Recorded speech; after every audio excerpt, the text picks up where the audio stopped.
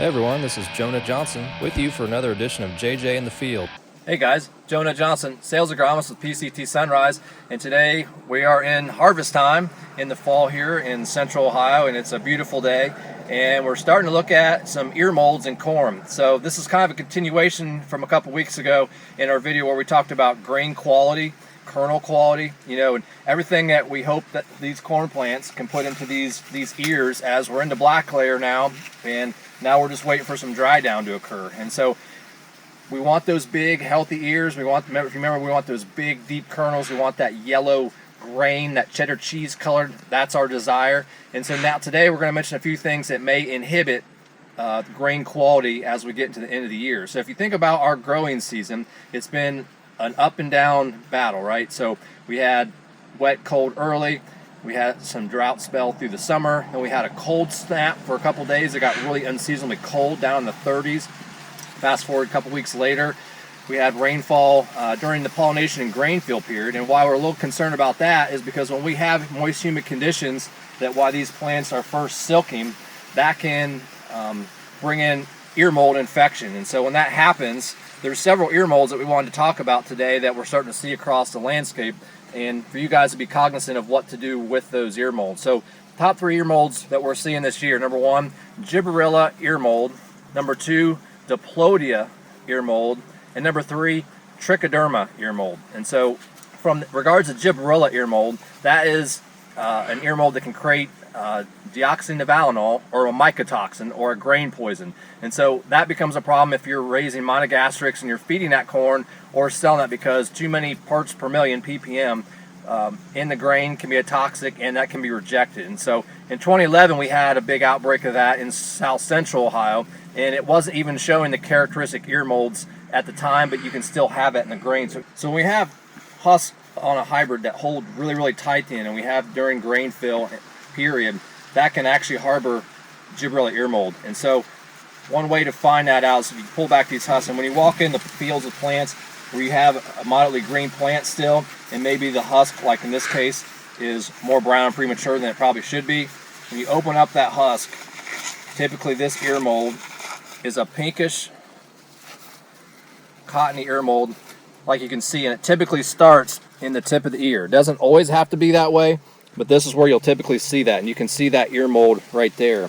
And so when we have this, we want to make sure we kind of identify these across the field. And if you have a big infection rate of this, we want to get that grain and get it out of the field, and either, number 1, market it quickly, or we want to get it dried down very quickly below that 15% moisture. Typically we want to get about 14% and then get that grain temperature cold quickly. It's not going to stop the ear mold this inside your grain bins, but it will stop it from spreading. So it's not going to kill what's there, but it's going to keep it getting worse inside your conditions. So you want to monitor those conditions in your bin.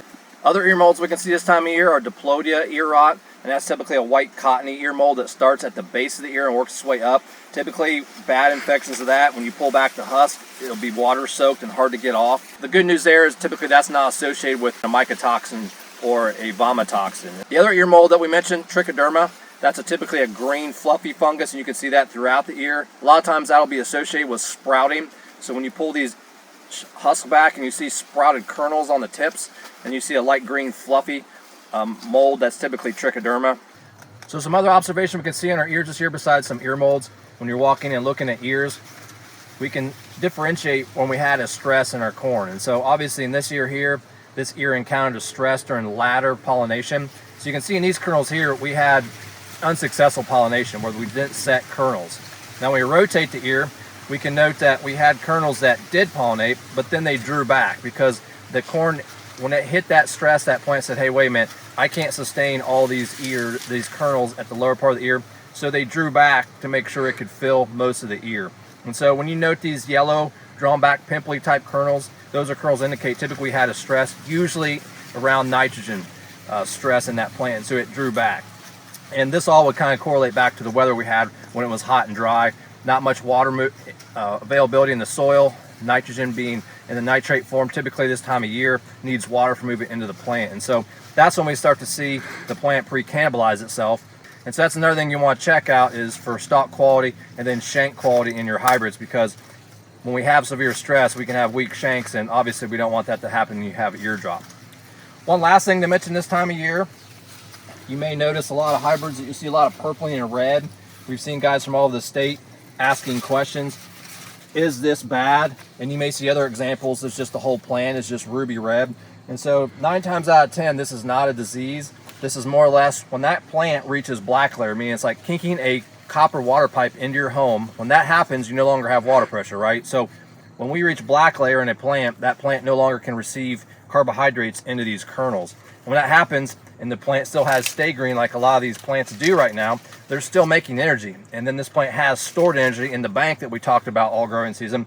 And so where does that end up going? So it accumulates these sugars, and in turn the anthocyanin turns these plants reddish and purple like you're seeing on a lot of these plants right here.